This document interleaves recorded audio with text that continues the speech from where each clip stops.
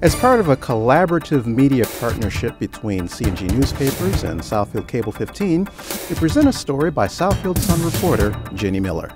Proving that the notion of being a Good Samaritan still exists, our 15 News Extra features a heartwarming story of tragedy turned to triumph. Check it out. They named him Freeway Fred because that's where they found him. Left for dead for reasons no one knows, he was shot, bleeding, panicked, and running for his life in the fast lane of the Lodge Freeway as cars swerved to avoid him. Little Freeway was rescued by Good Samaritans who risked their own lives to protect his.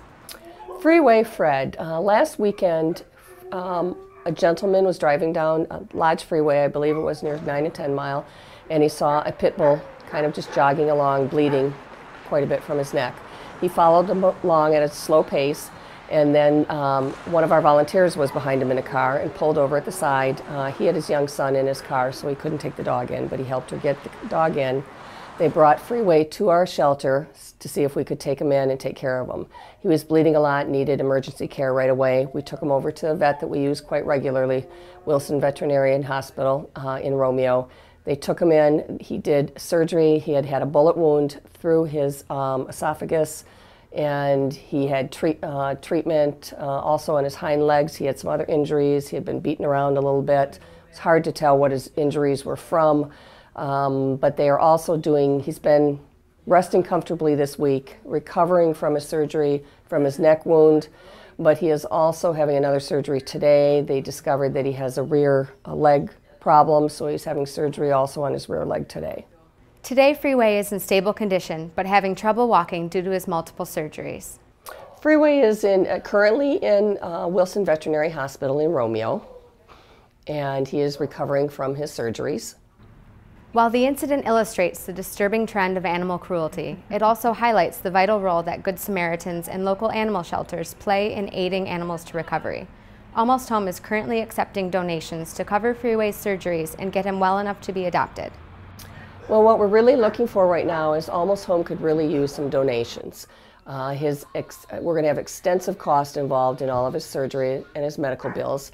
We also are looking for either a foster home to help. He'll need quite a bit of time to recuperate from his surgery.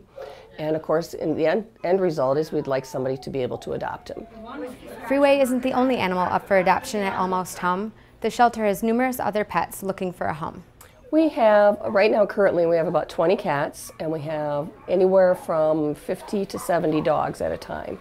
Currently, I think we have about 55 dogs, ranging from small to large dogs. And cats, we are at an all-time low at about 20 currently.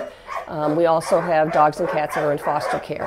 Well, not only Freeway needs a foster home, but we have a lot of dogs in our shelter that it's always nice to get them out of the shelter in a home environment, to help socialize them, to get them used to a home before they move on to their forever home.